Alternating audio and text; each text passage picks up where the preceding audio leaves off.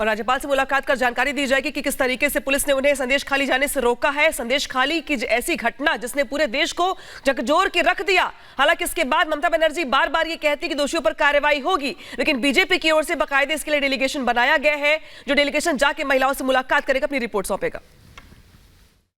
रोका गया, धक्का मुक्की की गई, 2 हमारी महिला मंत्री, 6 की टीम जिसमें 5 महिला सांसद, और वहां रोका गया जिससे हम लोग जो संदेश खाली में तालिबानी शासन चल रहा है, वहां पर अत्याचार हो रहा है, बलात्कार हो रहा है, हिंदुओं को टारगेट हो रहा है, हम ना देख पाए। गवर्नर हाउस में किस लिए आए सर? गवर्नर हाउस में जाकर बताएंगे क्या हालात है वहाँ, कि हम लोगों को नहीं जाने दिया गया, और यहाँ जाकर गवर्नर को हम किसके पास जाएं?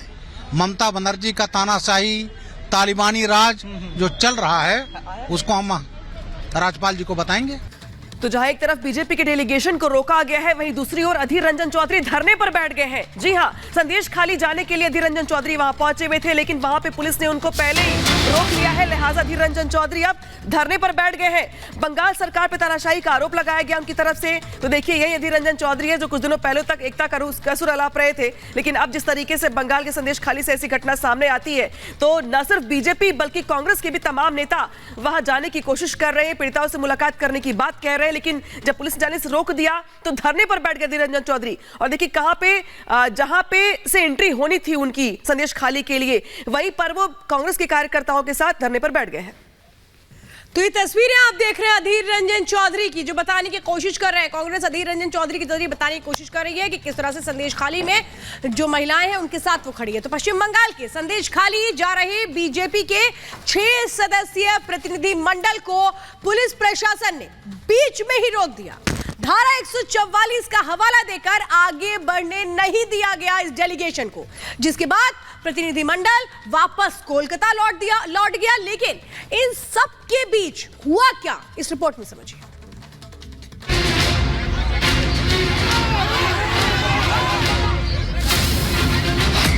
पश्चिम बंगाल में संदेश खाली को लेकर बवाल मचा हुआ। बीजेपी का आरोप है कि संदेश खाली में टीएमसी के नेता महिलाओं का उत्पीड़न कर रहे हैं, जिसके विरोध में गुरुवार को जगह जगह प्रदर्शन हुआ। तो आज संदेश खाली के लिए कोलकाता से 6 सदस्यीय जांच टीम रवाना हुई। जैसे ही बीजेपी का प्रतिनिधिमंडल नॉर्थ 24 परगना के रामपुर पहुंचा, पुलिस ने उन्हें वहीं रोक दिया, धारा 144 का हवाला दिया और आगे जाने से मना कर दिया, जिस पर केंद्रीय मंत्री और सांसद भड़क गए।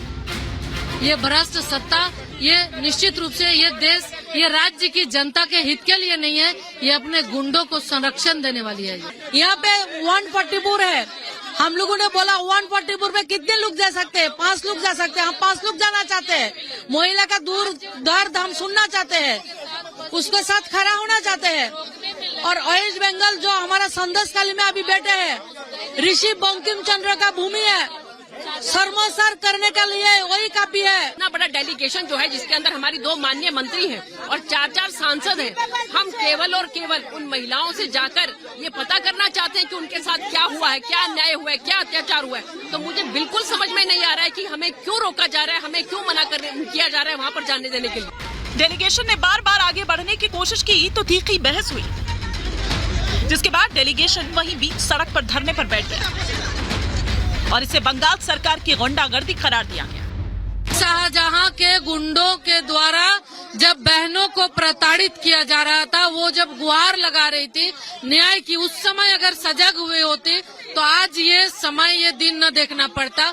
आज जो मुस्तैदी हमें रोकने के लिए ये कर रही है, यही मुस्तैदी उस दिन होता तो ये नौबत नहीं आती, ये दिन देखना न पड़ता।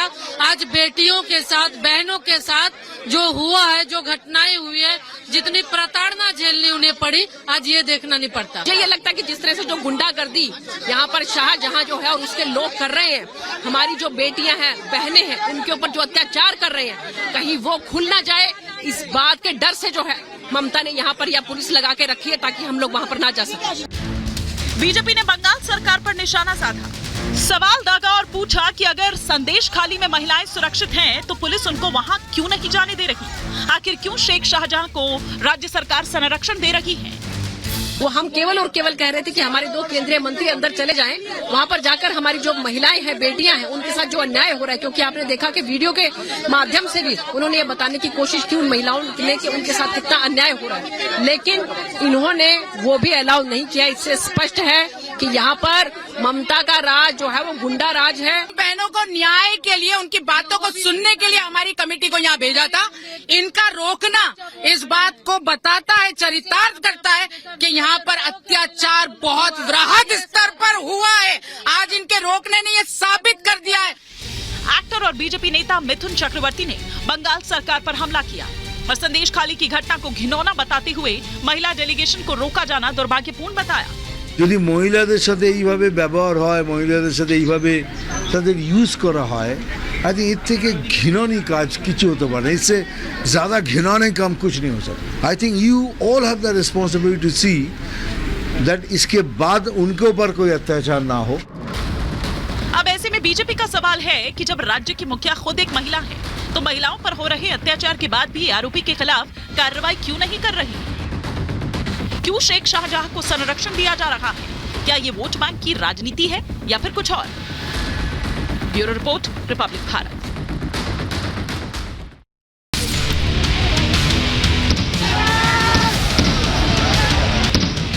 ਮੋਦੀ ਦਾ ਗ੍ਰਾਫ ਬਹੁਤ ਮੰਦਰ ਦੇ ਕਰਕੇ ਥੋੜੇ ਦਿਨਾਂ ਦੇ ਵਿੱਚ ਗ੍ਰਾਫ ਇਹਦਾ ਡਾਊਨ ਕਰਨਾ। प्रधानमंत्री का ग्राफ उनकी ईमानदारी, उनके काम और भारत की 40 करोड़ जनता के आशीर्वाद से है।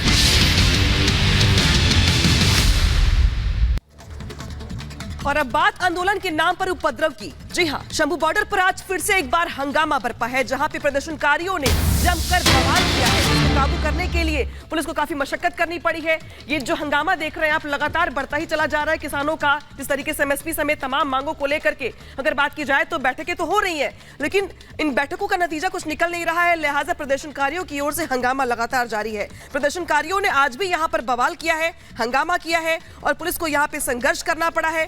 पुलिस ने यहाँ पे शांति व्यवस्था के लिए आंसू गैस के गोले भी छोड़े हैं, जिसके चलते यहाँ पे भीड़ को तीतर बीतर करने का प्रयास किया गया है। तो तस्वीरें टीवी स्क्रीन पर है आपके शंभू बॉर्डर से, जहां पर आज एक बार फिर से उपद्रव किया गया है, हंगामा किया गया है, जिसको काबू करने के लिए पुलिस को यहाँ मशक्कत करनी पड़ी है, आंसू गैस के गोले फेंकने पड़े हैं।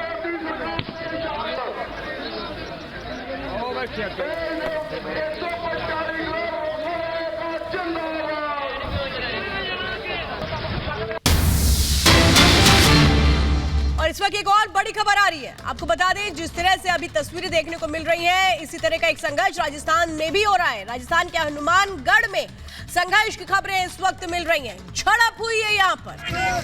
तस्वीरें इस वक्त आपको हम दिखा रहे हैं। जो ये तस्वीरें आप देख रहे हैं राजस्थान के हनुमानगढ़ की है, जहाँ पर पुलिस और जो प्रदर्शनकारी इकट्ठा हुए थे उनमें झड़प होती है। प्रदर्शनकारियों को पुलिस हटाने की कोशिश करती है, लेकिन वहां पर कैसे प्रदर्शनकारी पुलिस से भिड़ गए। जब पुलिस ने बैरिकेडिंग लगाई इनको रोकने के लिए, तो ये वहां पर रुकने को तैयार नहीं हुए। देखिए कैसे ट्रैक्टर दौड़ाते हुए नजर आ रहे हैं। साफ तौर पे इनकी जो मंशा है वो नजर आती है, जिस तरह से ये ट्रैक्टर दौड़ा रहे हैं, बैरिकेडिंग तोड़ रहे हैं।